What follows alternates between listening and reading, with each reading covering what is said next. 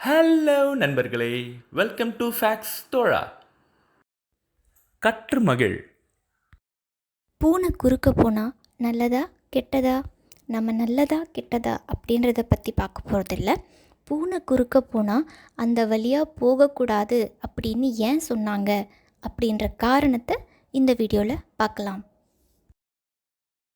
பூனைகள் எப்போதும் குடியிருப்புகள் நிறைந்த பகுதியில்தான் இருக்கும்.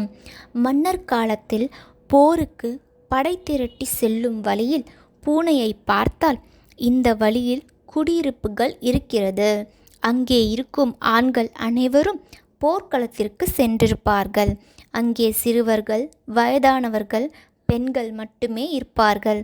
அந்த பகுதியில் சென்றால் குதிரைகளில் செல்லும் வீரர்களால் அவர்கள் பாதிக்கப்படுவார்கள் என்பதாலே அந்த பகுதியில் செல்ல மாட்டார்களாம்.